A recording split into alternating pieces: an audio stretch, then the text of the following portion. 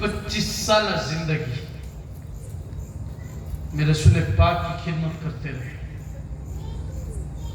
25 سال تک حضرت خدیجۃ الکبریٰ میرے آقا کی زوجیت میں نہیں. آپ اندازہ کریں کہ حضرت خدیجۃ الکبریٰ نے اپنی پوری توجہ ہمارے نبی صلی اللہ علیہ وسلم کی طرف گار دی. یعنی جو نبی کہتے ہیں وہی آپ فرماتے. یہاں تک کہ وہ بات یاد کرے آپ کہ جب ہمارے نبی کی عمر پاک 40 برس کی ہوئی، آپ غار ہیرا میں جاتے تھے، جو مکہ مکرمہ میں غار ہے، غار ہیرا میں. وہاں آپ تشریف لے گئے، اعتکاف کرتے تھے، وہاں اللہ کی عبادت کے لیے چلے جاتے تھے تاکہ کسی کا شور و گل نہ ہو. غار ہیرا میں چڑھاؤ چڑھنا پڑتا ہے، پھر نیچے اترنا پڑتا ہے، گفا ہے، تنگ و تاریخ. الحمدللہ ناچیز وہاں جا کے آیا. پہلی سورت قرآن کی وہاں نازل ہوئی. پہلی بار 40 برس کی عمر ہے، جبرائیل امین تشریف لائے، کہا اقرا پڑھیے. آپ نے فرمایا مانا میں قاری میں پڑھنے والا نہیں ہوں. بھائیوں نے کیا ترجمہ کیا؟ میں پڑھنے والا، میں پڑھا ہوا نہیں ہوں. یہ ترجمہ کرتے ہیں، میں پڑھا ہوا نہیں ہوں. لیکن ترجمہ یہ کہ میں پڑھنے والا نہیں. جبرائیل نے کہا اقرا بسم ربک الذی خلق، پڑھیے اپنے رب کے نام سے. تو میرے نبی نے جو پڑھنا شروع کیا تو رکتے نہیں. نبی نے رب کا نام آیا تو پڑھنا شروع کیا. آپ کو سینے سے لگایا، سینے سے لگایا، اور پھر آپ پر وحی کے آثار ظاہر ہونے لگے.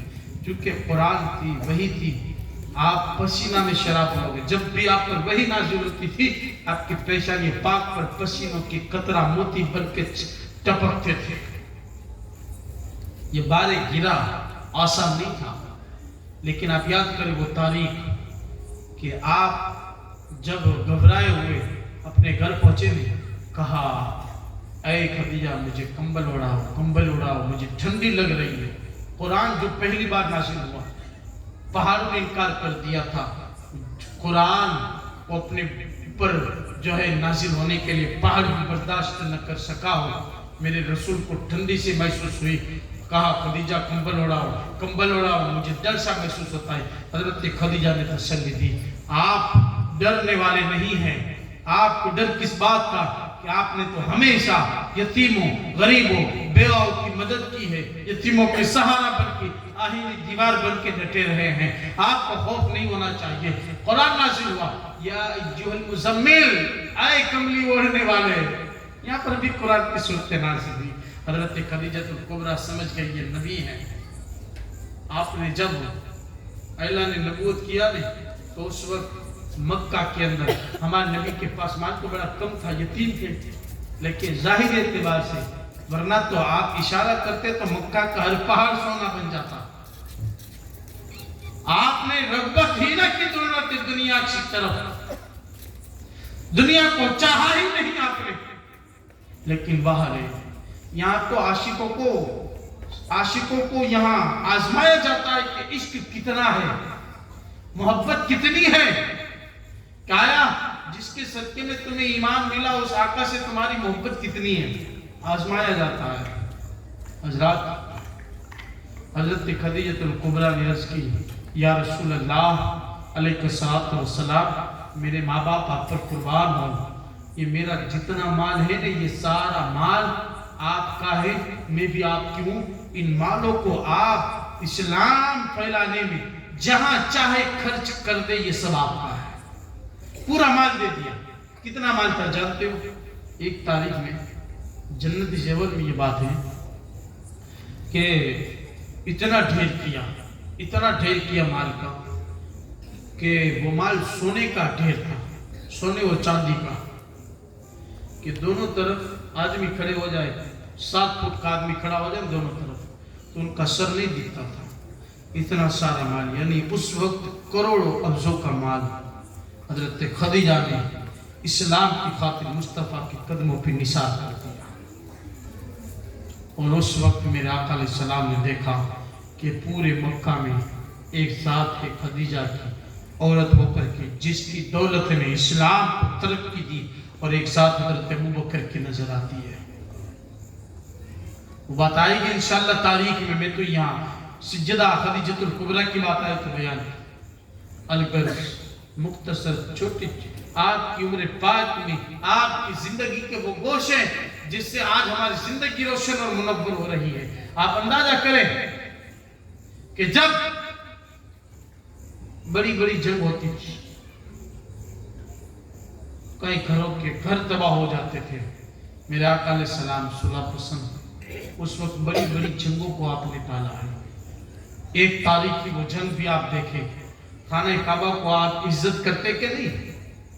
ہر کوئی تڑپتا ہے کاش بارگاہ سرکار سے میری بھی چٹھی پھٹ جائے اور مجھے بھی اس کعبہ کی زیارت نصیب ہو جائے جس کعبہ کو سرکار مدینہ نے عزت عطا فرمائی ہے.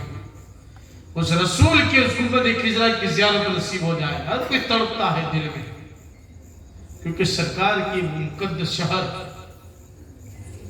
وہ خانہ کعبہ. آپ کی عمر پر کتنی 35 برس کی ہے. خانہ کعبہ کے تعلق سے کہ جب کیونکہ یہ خانہ کعبہ جو ہے نا چاروں طرف پہاڑی علاقہ ہے، اور جب بارش ہوتی ہے نا تو پہاڑوں کا پانی، اس وقت تو کیا ہے کہ ایسی عالیشان بلڈنگیں نہیں تھی. اس وقت خانہ کعبہ ہی میں پورا پانی آتا تھا. اور جب زور کی بارش ہوتی تھی تو ایک بار زور کی بارش ہوئی، ایک دم سخت بارش ہوئی تو خانہ کعبہ کی جو بنیاد تھی وہ کچی ہونے کی وجہ سے منہدم ہو گئی، گر گئی. تو اہل مکہ کے تمام قبیلوں نے متفق ہو کر کے خانہ کعبہ کی تعمیر کو سر نو بنایا. سارے قبیلہ کے لوگ اس میں شامل ہوئے. قبیلے الگ الگ تھے تو سارے قبیلہ کے لوگ خانہ کعبہ کے لیے مال جمع کیا، اینٹیں جمع کی، اور اس طریقے سے جو ہے اس زمانے کے مطابق خانہ کعبہ کی تعمیر کرنے لگے. خانہ کعبہ کی تعمیر کرتے کرتے کرتے جب حجر اسود کی جگہ پہنچے تھے، حجر اسود یہ جنتی پتھر ہے. حضرت آدم اپنے ساتھ لائے تھے جنت سے. حضرت ابراہیم نے حجر اسود کو حضرت اسماعیل نے مل کر کے خانہ کعبہ میں لگایا. اور حجر اسود کی ایک شان یہ بھی ہے کہ جو اس کو بوسہ دیتا ہے نا، یہ بوسہ دینے والے کے سارے گناہ اپنے اندر جذب کر لیتا ہے. ایک برکت بھی، اگر کوئی گستاخ اس کو بوسہ دیتا ہے نا کافی، تو جو گناہ اپنے اندر ہے نا وہ گناہ اس کو دے دیتا ہے. یہ جنتی پتھر ہے، حجر اسود کی یہ شان ہے. تو سنی بن کے ہم جا رہے ہیں الحمدللہ. آپ بوسہ نہیں دے سکتے تو استلام کر لو. حدیث کا مفہوم ہے، فقہاء کا فرمان ہے، آپ نے کہا حجر اسود کی طرف ہاتھ بلند کیا اور چوم لیا تو گویا کہ حجر اسود کو بوسہ لے لیا. اب آپ کے سارے گناہ حجر اسود کھینچ لے گا، اب پاک ہو جائیں گے. اور قیامت میں حجر اسود کو اللہ آنکھ بھی دے گا، زبان بھی دے گا، ہونٹ بھی دے گا، اور حجر اسود بولے گا مولا اس نے میرا استلام کیا تھا، اس نے مجھے بوسہ دیا تھا، اے مولا اس کی بخشش کر دی. حجر اسود بھی شفاعت کرے گا تو اس کے حق میں شفاعت قبول کی جائے گی. اور جس نے بوسہ لیا، استعلام کیا، تو اس کی بخشش ہو جائے گی بشرطے کہ سنی ہو. اب آپ دیکھیں حجر اسود رکھنے کی جب باری آئی نا تو جتنے قبیلے تھے آپس میں منج بھیڑ ہو گئے. یہاں تک نوبت پہنچی جنگ کی کہ تلواریں نکل پڑی، خون ریزیاں ہونے والی تھی. یہاں تک کہ بنو عدی اور بنو عبدالدار یہ دو بڑے قبیلے، انہوں نے تو یہاں تک قسم کھائی کہ اپنے اپنے قبیلوں نے اپنا خون نکال کر کے پیالہ خون کا بھرا اور اپنی انگلیاں نیلو کر کے اس کو چاٹ لیا. یہ اس بات کی گواہی تھی کہ ہم مر جائیں گے لیکن حجر اسود ہم کسی کو لگانے نہیں دیں گے، ہم خود اپنے ہاتھوں سے کعبہ میں لگائیں گے. کیونکہ ہر کوئی سمجھتا تھا یہ ہمارے لیے فخر ہو جائے. یہاں تک کہ تلواریں نکل پڑی میان سے باہر، خون ریزی ہونے والی تھی، عظیم جنگ ہونے والی تھی. مکہ میں کچھ صلح پسند لوگ بھی تھے، مصلحت والے بھی تھے، کچھ نرم دل والے بھی تھے، اس میں ہمارے سرکار بھی تھے. سب نے یہ کہا اے لوگوں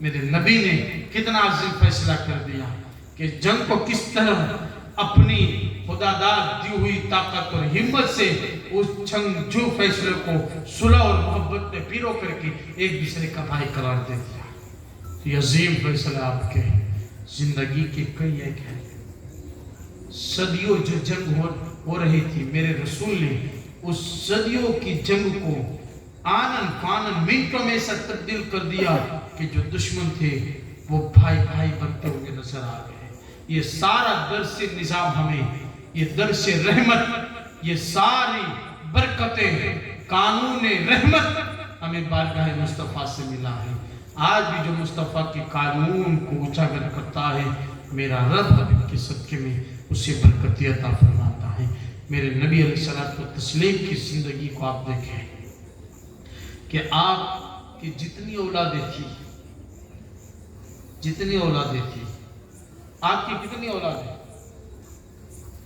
تاریخ کا حصہ یہ بھی ہے. ہمارے نبی کے خاندان کے تعلق سے کچھ وضاحت بھی ہونی چاہیے، معلوم بھی ہونا چاہیے. ہمارے نبی کی ازواج پاک کتنی؟ 11. آپ کے چچا کتنے؟ 12. آپ کی اولاد کتنی؟ 7. کتنی؟ 7. 4 بیٹیاں 3 بیٹے. نام کیا ہے؟ آپ کے ماموں کتنے؟ یہ سب انشاءاللہ میں کل بیان کروں گا. تب تک انتظار کریں، اور اگر آپ کو شوق ہے تو پھر کل آنا. تب تک کے لیے آپ سوچتے رہے یا آپ سوچ کر کے آئے. میں انشاءاللہ کل جتنا ہو سکا 1 گھنٹے کی مختصر سے اس بیان میں اس پر تبصرہ کروں گا، تاکہ ذہن نشی ہو جائے یہ بات کہ مصطفیٰ کا خاندان بھی نور علی نور ہے. جو مصطفیٰ سے وابستہ ہو گیا وہ یگانہ ہو گیا زمانے سے، اور جو مصطفیٰ کے دامن کرم میں آ گیا اس کا بیڑا پار ہو گیا. تو مصطفیٰ کی ساری نسل آدم سے لے کر کے این تک اور صبح قیامت تک سب نور علی نور ہے. تیری نسل پاک میں ہے بچہ بچہ نور کا، تو ہے عین نور تیرا، سب گھرانہ نور کا. کی محمد سے وفا تو نے تو ہم تیرے ہیں، یہ جہاں چیز ہے کیا لوح و قلم تیرے ہیں. ہمیں کرنی ہے شہنشاہ بتا کی رضا جوئی، وہ اپنے ہو گئے تو رحمت پروردگار اپنی. وما علینا الا البلاغ برحمتک یا ارحم الراحمین. صلاۃ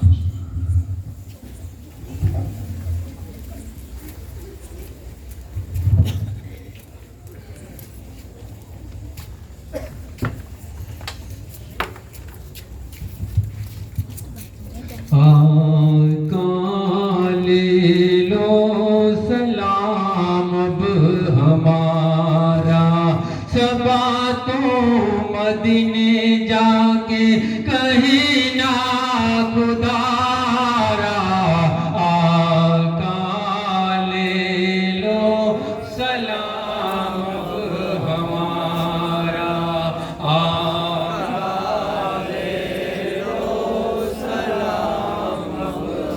غم سے ٹوٹے ہوئے اسیاں میں ڈوبے ہوئے معتاد ہوئی یا نبی قسمت روٹھے ہوئے.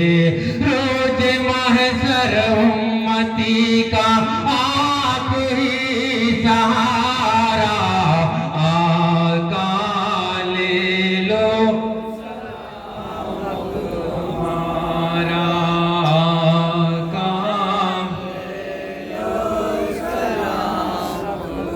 چاند کے ٹکڑے کیے پیروں نے سجدے کیے، سورج پلٹ آ گیا. یہ معجزے آپ کے ساری دنیا پر ہے آقا قبضہ تمہارا، آقا